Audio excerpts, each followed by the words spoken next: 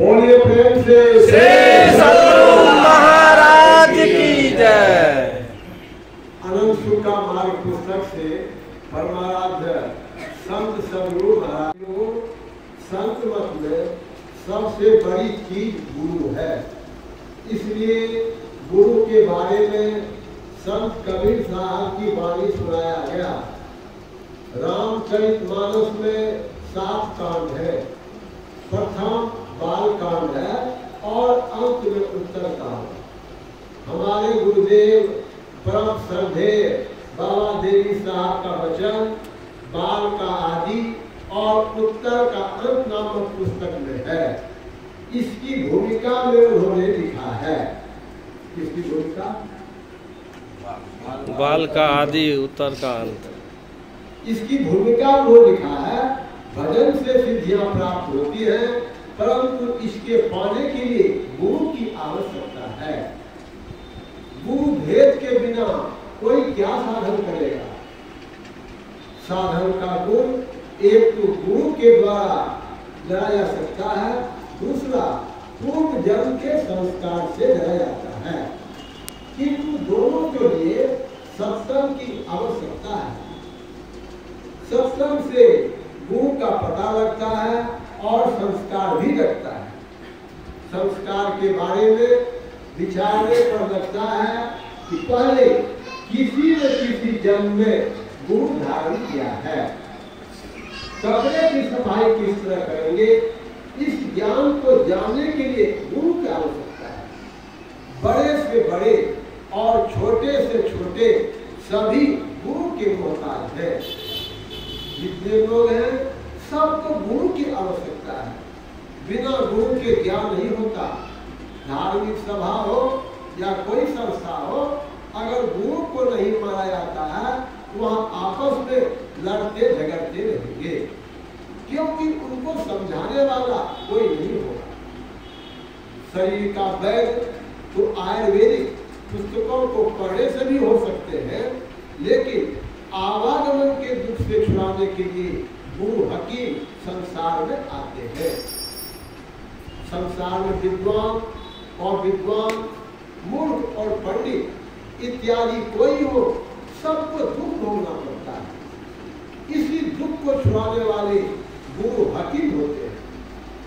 बाबा साहब के ख्याल में गुरु के निस्बत कितना ऊंचा ख्याल था, यह प्रकट होता है।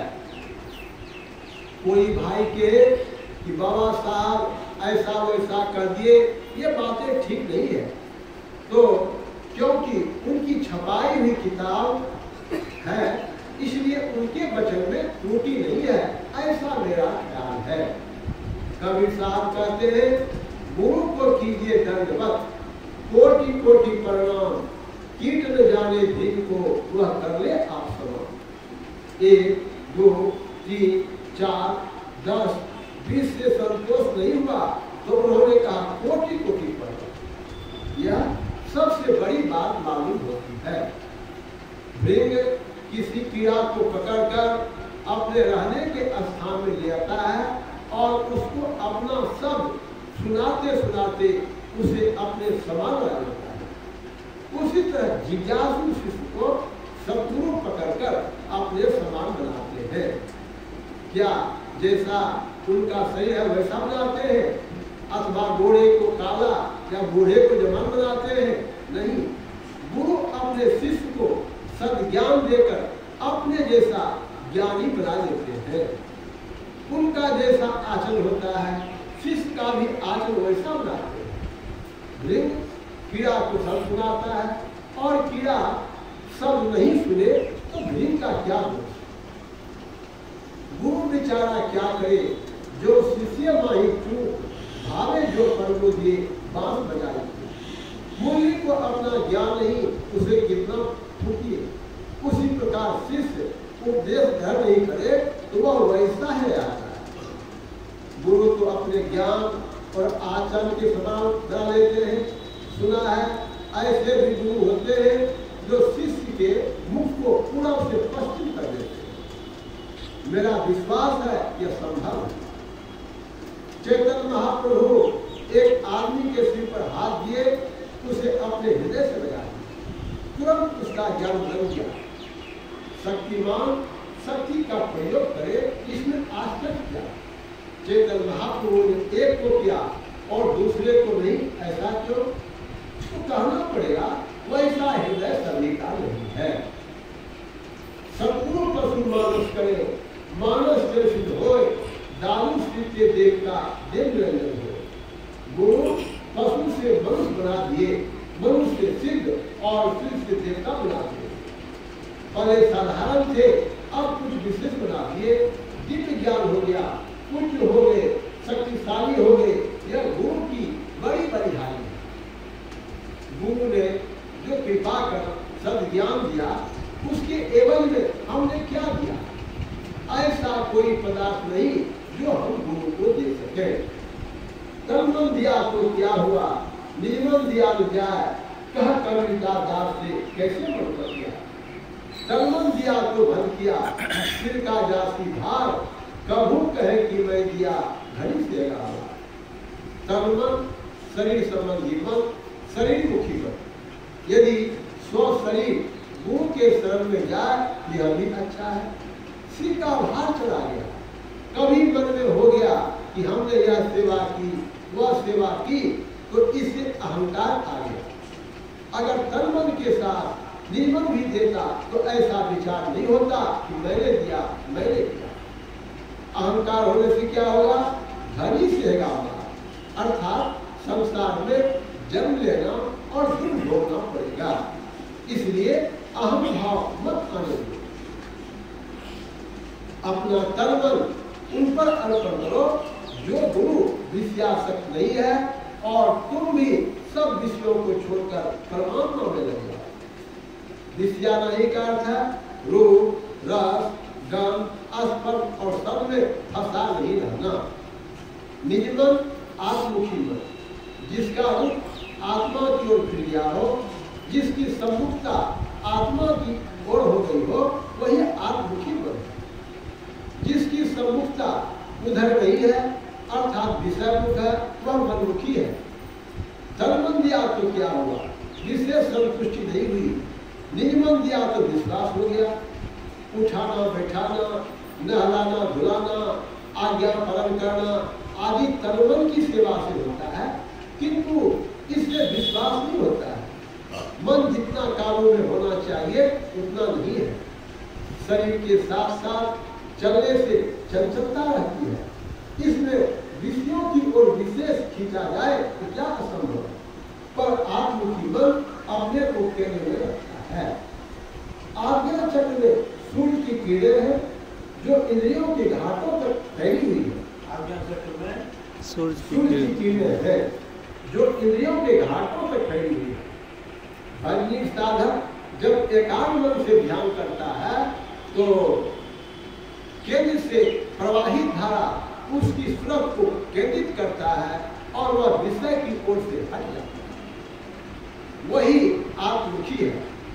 गुरु आज्ञा के मुताबिक शरीर में बरतो, ध्यानाभ्यास नित्य करते रहने से स्थिरता आ जाएगी। बाहर में भजन करके आत्मुखी हो जाए, यह भी गुरु की सेवा है। आज्ञा अनुसारी सेवा दोनों तरह से सेवा होती है। बाबा साहब बराबर कहते थे, बुद्ध धर्म में है बुद्धम शरणं गच्छामि, संघम शरणं गच्छामि, धम्मम शरणं गच्छामि। ध्यान ही सबसे बड़ा धर्म है। बुद्धम शरणं अर्थात गुरु शरण। गुरु की आज्ञा होती है कि अच्छे चरित्र से रहो, यही गुरु शरण होना है। इसके लिए झूठ, चोरी, नशा, हिंसा और व्यभिचार इन 5 पापों से बचो। इसी को बाबा साहब बताते थे। अपने धर्म के सिद्धांतों को जो याद नहीं रखता है पर ईश्वर के विषय में ठीक ही नहीं समझ पाता। जो याद रखता है वह समझ पाता है कि ईश्वर परमात्मा क्या है। ध्यान करते करते वहां तक पहुंचते हैं जहां से लौटना नहीं पड़ता है, उसी को परमात्मन कहते हैं। परमात्मा को पाने के लिए भक्ति मीराबाई कहती है, गणित तो चारों बंद हुई, मैं हरि से मिलूं कैसे जाए। संत सूरदास जी महाराज को श्रवण बिना धुरी सुने, नैन बिन बिहारे, रसना बिन उठे प्रसन्नता बहुत विस्तार है।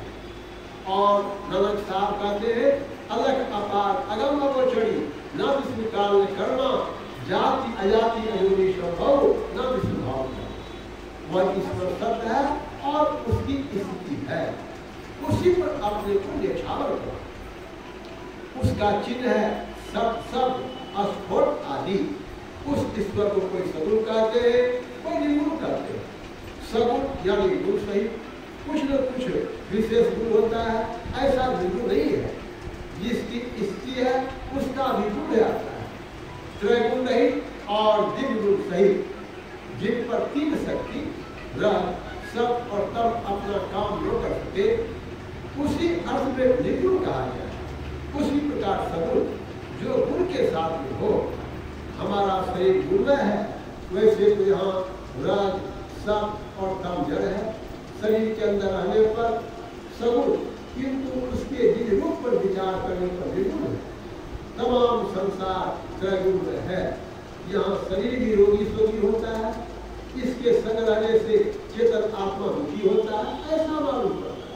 ईश्वर को प्राप्त करने पर क्लेशों से छूट जाएंगे। इसलिए निर्गुण तत्व लेना चाहिए। कैसे ले? कवि साहब कहते हैं जो कोई निर्गुण दर्शन पावे, परमेश्वर दिवावे तुम पर मूल मंत्र नहीं लावे।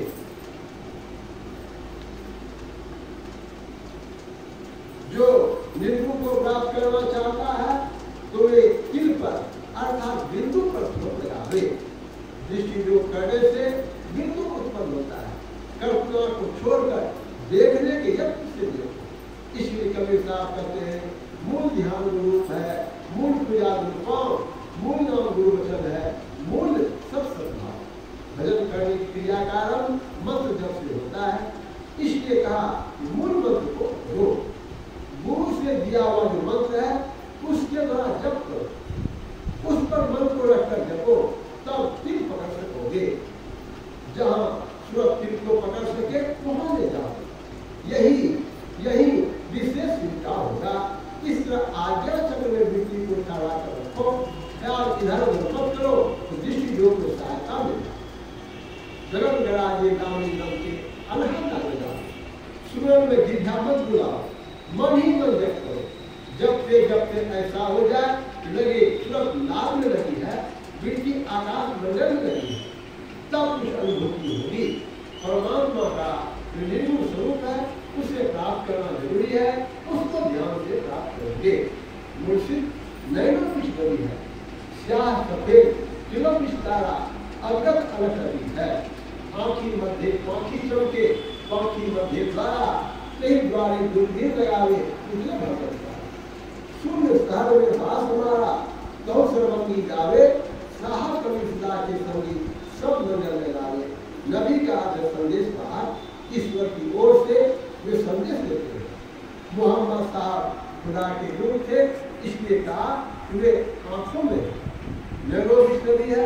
उस ब्रह्म ज्योति को पकड़ने से ब्रह्म की अर्थात परमात्मा की प्राप्ति होगी। बोलिए प्रेम से श्री सद्गुरु महाराज की जय। प्रातः स्मरणीय परम पूज्य संत सलोक महर्षि में परमहंस महाराज जी प्रवचन दिनांक 4/12/1949 ईस्वी को अखिल भारतीय संत मत सत्संग के 45वें संघ के अवसर पर ग्राम लोहाघाट जिला पूर्णिया में हुआ था। श्री सद्गुरु महाराज की जय।